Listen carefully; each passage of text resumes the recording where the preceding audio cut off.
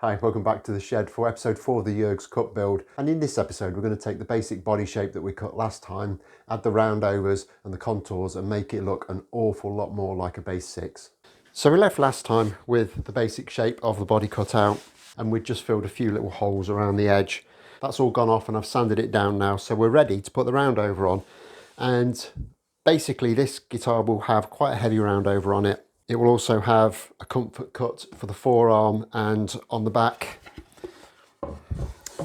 Could describe as a belly cut. But I'm going to put the roundovers on first, and then we can remove the rest of that material and blend it all back in once we've done that. And essentially what we need to do is I'm going to leave the kind of area of the neck pocket alone for the time being. We can come back to that once we've actually got the neck pocket cut and we know exactly where everything's fitting. So I'm going to start about there and end about there on the top, and a kind of a similar deal on the back. And all I've got is I've got the big Triton router with quite a big roundover bit on. Nothing complicated here. I'm just going to set everything up on my non-slip router mat. Hopefully that's all we need to keep it from moving around. The only issue I can envisage is this is quite soft wood and it could be prone to splitting and splintering. So I'm going to take the downhill routing option on this. So basically be routing into these valleys like that instead of just trying to go all the way around. I'm not sure how much difference it will make on a roundover. Hopefully it won't be a problem. I suppose there's only one way to find out.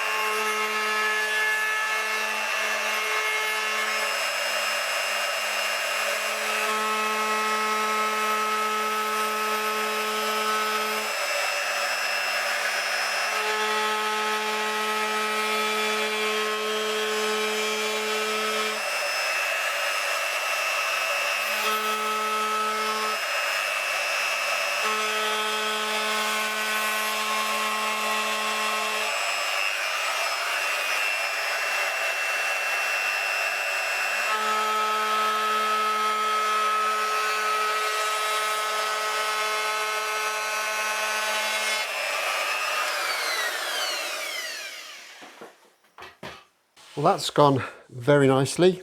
It is quite soft wood this, and it's munched through it really easily, and I'm pretty sure with just a bit of sanding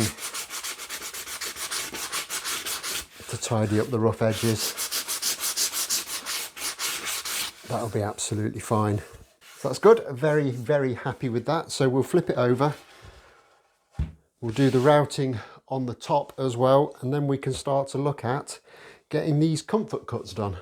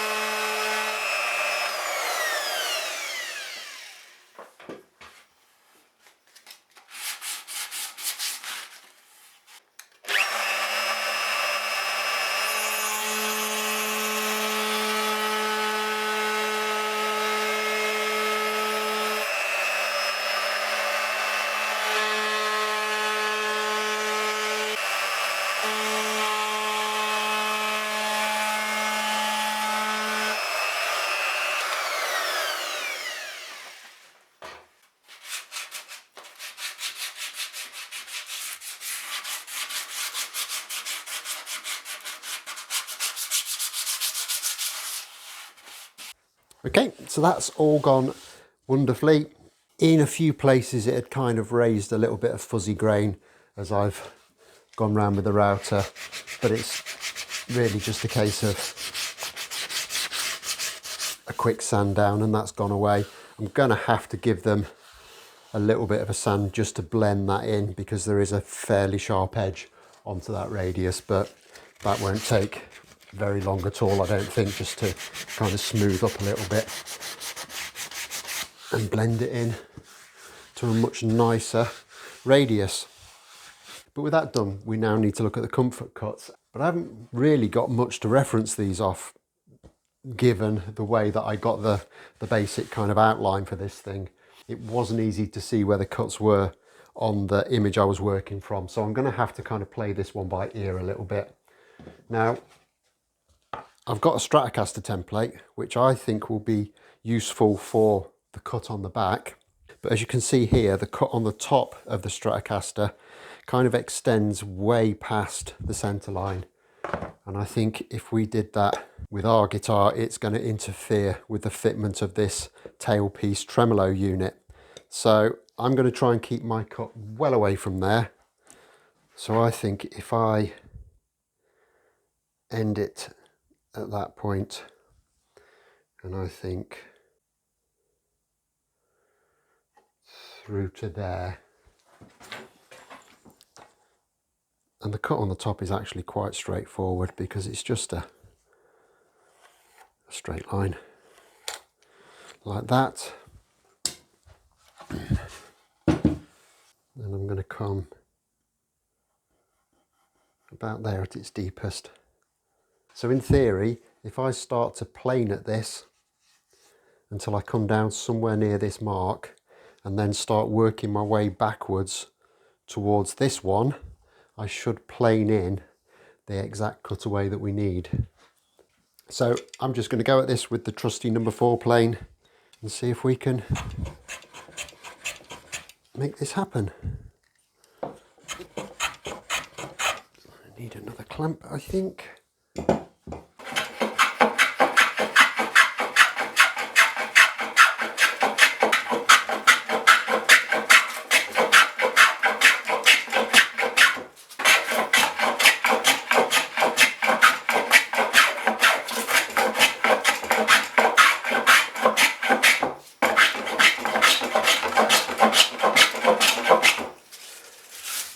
Okay, and what I've done there is I've very quickly just planed down at that angle to get us to that mark. So now it's a case of working our way backwards till we hit that second line.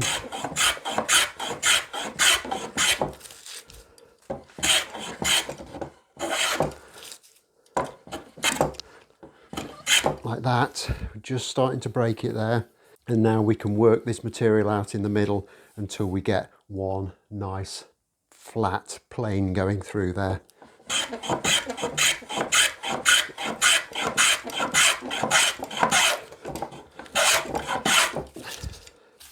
Some people like to put a radius on here.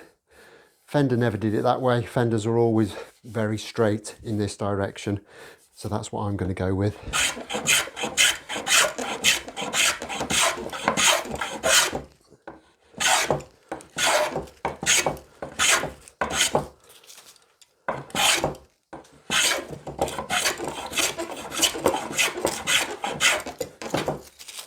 And that's that planed in. We've got a little bit of cleaning up to do. We'll just kind of soften that line, put a little bit of a radius on, and we need to re-establish the radius around the edge. And I'm just going to do that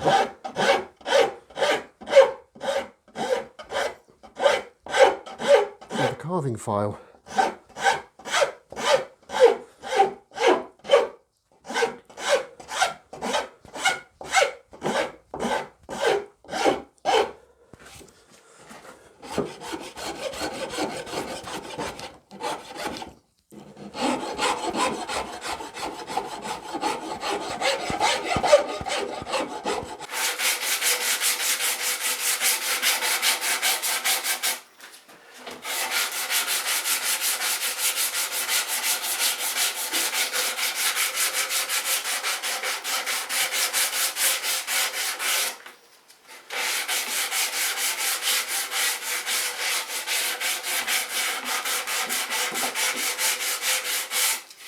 And that's the top one done. Took about, I'd say no more than 10, 12 minutes to do that. Still needs a little bit of finish sanding just to make it blend in a little bit more, but on the whole, I think that's gone quite well. So next up, we need to get it turned over and figure out what we're going to do on the back.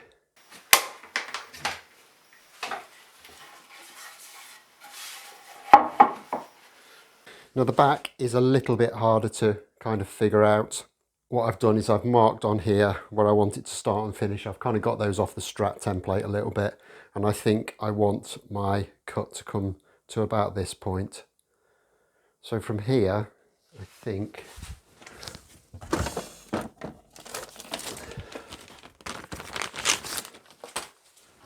we'll see if we can make the French curves work for us.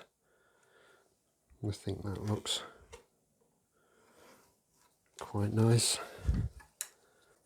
Come to there.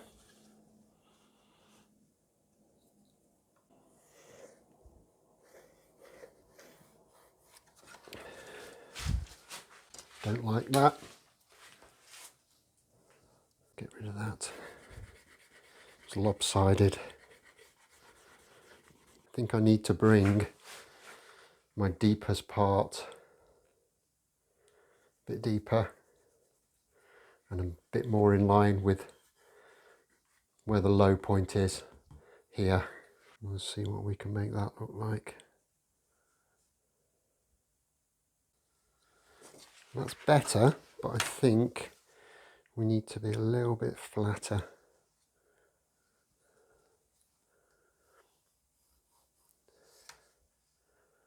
And I think that works nicely.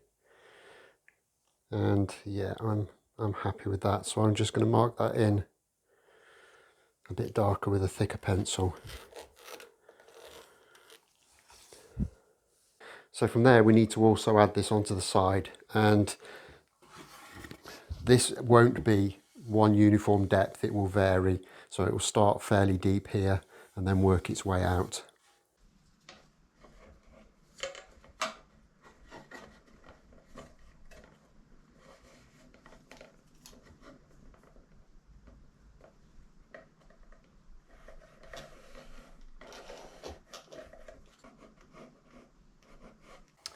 Okay, and there you can see both of those areas marked out. And again, I'm going to remove this with hand tools, fairly straightforward. I'm going to put multiple saw cuts in with one of my Japanese pull saws. And what I'll do is I will cut up to that line across here, and then I'll angle down until I meet that line. So I know I've got a straight saw cut between those 2 points. I'll put a load of those in and then just use a chisel to hog out the bulk of the waste, and then we can kind of clean it up with files and rasps and rough sandpaper, maybe even a spoke shave. We'll see how we're feeling, and then we should have all of our contours cut in.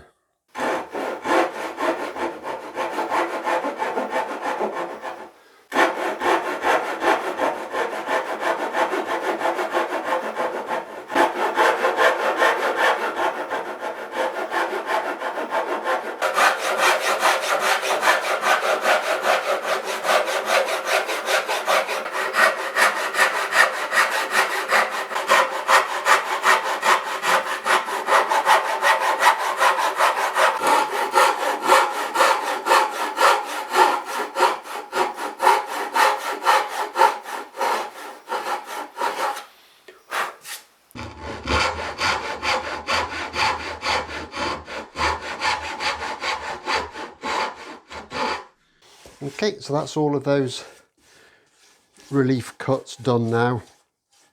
And the theory behind this is I should now be able to chisel this material out without it splitting past the end of those cuts. Of course, that is theory, and this is wood. But I've got a nice sharp chisel, and I'm just going to start delicately taking this waste out.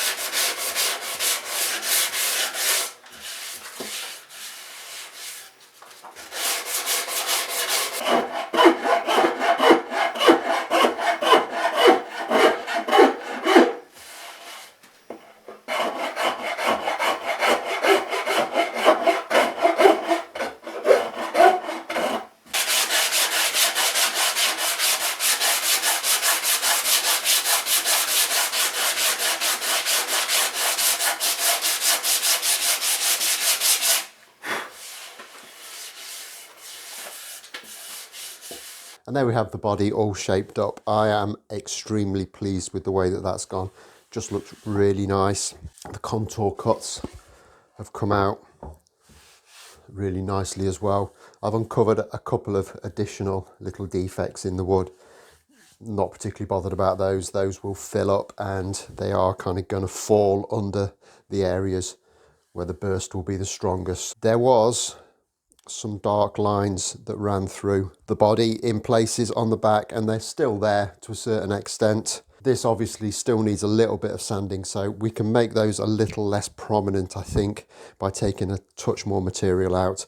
But again, they will fall pretty much within the area that's going to get the burst put onto it. So all in all, I think we can kind of hide those. I've said all along that I'm not particularly bothered about knots and stuff in the wood. It is what it is, but you can't help to a certain extent just thinking, well, if I could hide that a bit better and if that wasn't there, it'd look nicer. So whilst I'm not overly bothered, I'll make it as nice as I can. Now you might think the obvious thing to do from here is to start routing control holes and pickup cavities and the neck pocket and stuff like that into the body.